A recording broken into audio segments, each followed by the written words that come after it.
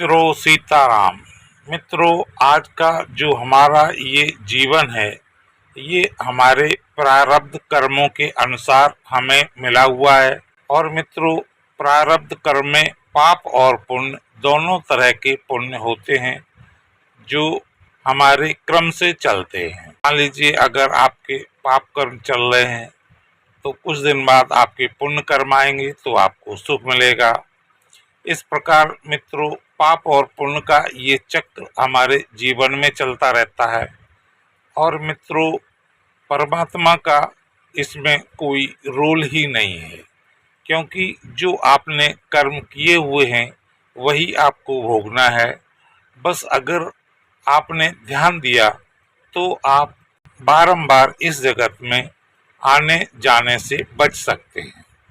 मित्रों, परमात्मा न तो किसी को कुछ देता है न किसी को कुछ लेता है, क्योंकि वह बिल्कुल तटस्थ रहता है। आपके जो कर्म हैं वो आपको परेशान करते हैं या आपको बढ़ावा दे सकते हैं। तो मित्रों, इसमें परमात्मा का कोई रोल नहीं है।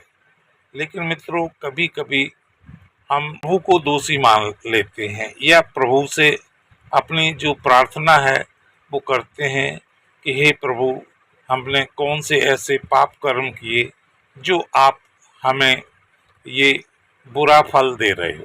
तो मित्रों, इस समय आपको ये ध्यान रखना चाहिए कि प्रभु आपको कुछ नहीं दे रहा है।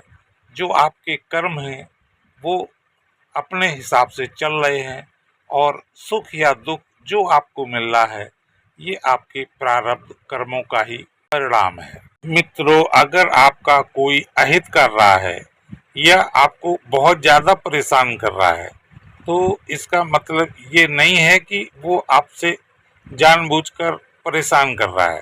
मित्रों, आपके पहले के कहीं न कहीं कुछ कर्म ऐसे हैं जो आज के जीवन में जिनका देना लेना बराबर होना है, इसीलिए मित्रों वो आपका अहित कर रहा है। और मित्रों, अगर कोई देना लेना उसका नहीं हो तो मित्रों वो आपकी सहायता ही करेगा। अब इसमें आपके पिता, पुत्र, स्त्री, लड़के, बहुत सारे रिश्तेदार और आपके जो दोस्त हैं, जो आपका सर्किल है, ये सब पूरा का पूरा आपके कर्म धन के हिसाब से ही आपसे जुड़े हुए हैं।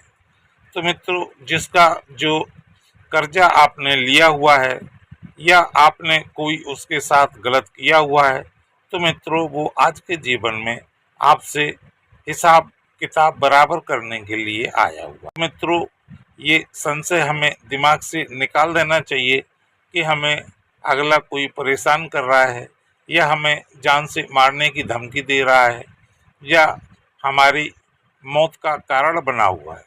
तो मित्रों, ये जो पूरी व्यवस्था है ये आपके कर्मों की है, न कि दूसरे की।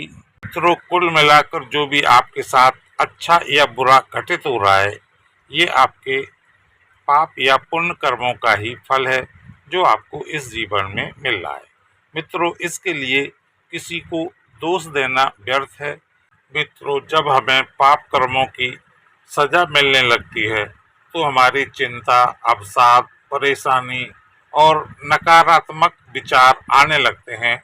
और मित्रों, हम किसी न किसी तरह दूसरे को ही दोषी मान लेते हैं, जबकि सच्चाई मित्रों ये है कि आपके साथ जो कुछ भी घटित हो रहा है उसके सिर्फ कारण आप ही हैं। मित्रों, अगर ये सीधी सी बात आदमी को समझ में आ जाए तो मित्रों ये चिंता, अवसाद, परेशानी और तरह तरह के नकारात्मक विचार अपने आप से ही खत्म हो जाएंगे। मित्रों, हमारे जो आत्मिक रिश्ते हैं ये भी कर्म बंधन से बंधे हुए हैं। जैसे पति पत्नी, माता पिता, पुत्र, बच्चे और परिवार के अन्य सदस्य, ये आपसे कर्म बंधन से जुड़े हुए हैं। इसका जब तक जिस स्थिति के लिए ये लोग आए हुए हैं वो उस स्थिति को पूरा करके आपके साथ चले जाएंगे या आपसे पहले चले जाएंगे या आपके बाद में जाएंगे। लेकिन मित्रों, जाना तो सभी को है। जैसे अगर किसी पिता का पुत्र पिता के सामने ही खत्म हो जाए तो स्वाभाविक है कि जो पिता है वो बहुत दुखी होगा, बहुत चिंतित होगा और उसे बहुत शोक भी होगा। अब मित्रों, यहीं पर अगर पिता को ये सृष्टि का ज्ञान है तो मित्रों पिता को इतनी चिंता, अवसाद और शोक नहीं होगा। होगा तो जरूर, क्यों, लेकिन अपने ज्ञान के कारण वह इस स्थिति में सामंजस्य बिठा लेगा और धीरे धीरे प्रभु के प्रति समर्पित होकर अपने जो नकारात्मक विचार हैं या जो अवसाद या चिंता है उससे मुक्ति पा लेगा। अगर आपको इस संसार में चिंता, अवसाद, परेशानी और नकारात्मक विचारों से बचना है तो प्रभु का नाम आपको लेना पड़ेगा। और मित्रों, जो प्रभु का नाम है वही आपको इन सब संकटों से मुक्ति दिलवाएगा। अतः मित्रों, हम सभी को प्रभु नाम की आराधना, भजन, सेवा जो भी कर सकते हो वो करनी चाहिए, जिससे हमारे जो दैनिक में चिंता, अवसाद, परेशानी आदि है ये हमारे ज्ञान से ये दूर हो जाए। मित्रों, नाम जाप, भजन या कीर्तन से जो हमारी अज्ञानता है ये दूर होती है और हमारे मस्तिष्क में जो ज्ञान है उसका प्रकाश पैदा होता है, जिससे हम इस संसार की जो मायावी दुनिया है इसमें अच्छी तरह से रहकर अंत में प्रभु के सन्निकट पहुंचने में समर्थ हो जाते हैं। मित्रों, अगर वीडियो पसंद आया हो तो कमेंट में जय श्री राम अवश्य लिखें।